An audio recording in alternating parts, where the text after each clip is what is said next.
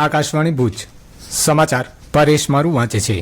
નમસ્કાર। આગામી 26મી ફેબ્રુઆરીથી ગુજરાત માધ્યમિક શિક્ષણ બોર્ડની પરીક્ષાનો પ્રારંભ થઈ રહ્યો છે, જેમાં કચ્છ જિલ્લામાં ધોરણ 10માં 27,305 અને ધોરણ 12માં સામાન્ય પ્રવાહમાં 15,504 ઉપરાંત વિજ્ઞાન પ્રવાહમાં 1,566 મળી કુલ 44,375 વિદ્યાર્થીઓ પરીક્ષા આપશે। જિલ્લા શિક્ષણ અધિકારી સંજય પરમારે જણાવ્યું હતું કે પરીક્ષાર્થીઓ શાંતિપૂર્ણ રીતે પરીક્ષા આપી શકે તે માટે જરૂરી વ્યવસ્થા તમામ કેન્દ્રોમાં પૂર્ણ કરાઈ છે। બોર્ડ પરીક્ષા સંદર્ભે જિલ્લા કક્ષાએ કંટ્રોલ રૂમ પણ શરૂ કરી દેવામાં આવ્યું છે।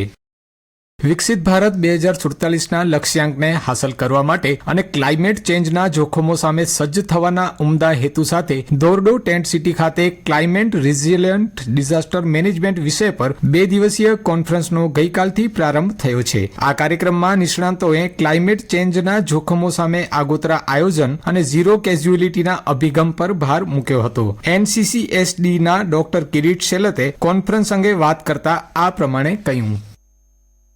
બદલાતા હવામાનમાં વધતી જતી આકરી કુદરતી આફતોના પડકારો કેવી રીતે ઝીલાય અને આ કુદરતી આફતોનો ગમે તેવી ગંભીર અસર હોય પણ આપણે ગ્રામ વિસ્તારોની લોકોની આવકમાં વધતું જ જાય અને ઘટાડો ન થાય તે પડકારો વિકસિત ભારતના માનનીય વડાપ્રધાનશ્રીના સંકલ્પને ધ્યાનમાં રાખીને આ પરિસંવાદ યોજવામાં આવ્યો છે। રાષ્ટ્રીય કક્ષાની કુદરતી આફતોનો સામનો કરવાની સંસ્થા નેશનલ ડિઝાસ્ટર મેનેજમેન્ટ ઓથોરિટીના સહયોગથી થતા આ સેમિનારમાં ખાસ કરીને કચ્છમાં એટલા માટે કરવામાં આવ્યો છે કે કચ્છે તમામ પ્રકારની કુદરતી આફતો સહન કરેલી છે।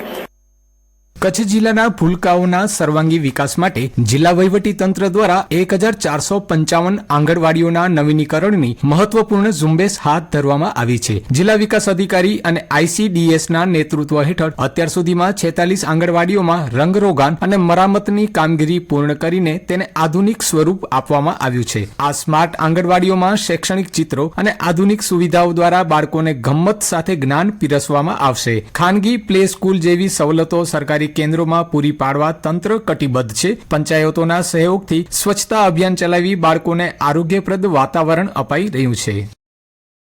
ગાંધીધામના ઓસ્લો સર્કલથી કોટેશ્વર 4 રસ્તા સુધી ₹20 કરોડના ખર્ચે બનનારા ગૌરવપથ માર્ગને ખુલ્લો કરવા તંત્રએ શુક્રવારે મેગા ડિમોલેશન હાથ ધર્યું હતું। વરસાદી નાળા પાસે વર્ષોથી નડતરરૂપ 245 દુકાનદારોને નોટિસ આપ્યા બાદ શુક્રવારે ચુસ્ત પોલીસ બંદોબસ્ત અને 5 JCB સહિતની મશીનરી સાથે 244 દબાણો જમીનદોસ્ત કરવામાં આવ્યા હતા। ગાંધીધામના ટાગોર રોડ પર ગત મધરાત્રે એક ભયાનક માર્ગ અકસ્માતમાં 2 આશાસ્પદ યુવકોના મોત નીપજ્યા છે। પૂર ઝડપે જતી કારે આગળ જતી એક્ટિવા અને અન્ય એક મોટરસાયકલને જોરદાર ટક્કર મારી હતી। આ દુર્ઘટનામાં મહેશ્વરી નગરના 2 આશાસ્પદ યુવાનોના ઘટના સ્થળે જ મોત નીપજ્યા હતા, જ્યારે અન્ય 2 યુવકો ઘાયલ થયા છે। અકસ્માતનો ભોગ બનેલા ભાવિક મહેશ્વરીનો તે જ દિવસે 25મો જન્મદિવસ હતો। પોલીસે કાર ચાલક સહિત 4 આરોપીઓની ધરપકડ કરી છે। હાલ પોલીસે આરોપીઓ વિરુદ્ધ કડક કલમો હેઠળ ગુનો નોંધી વધુ તપાસ હાથ ધરી છે।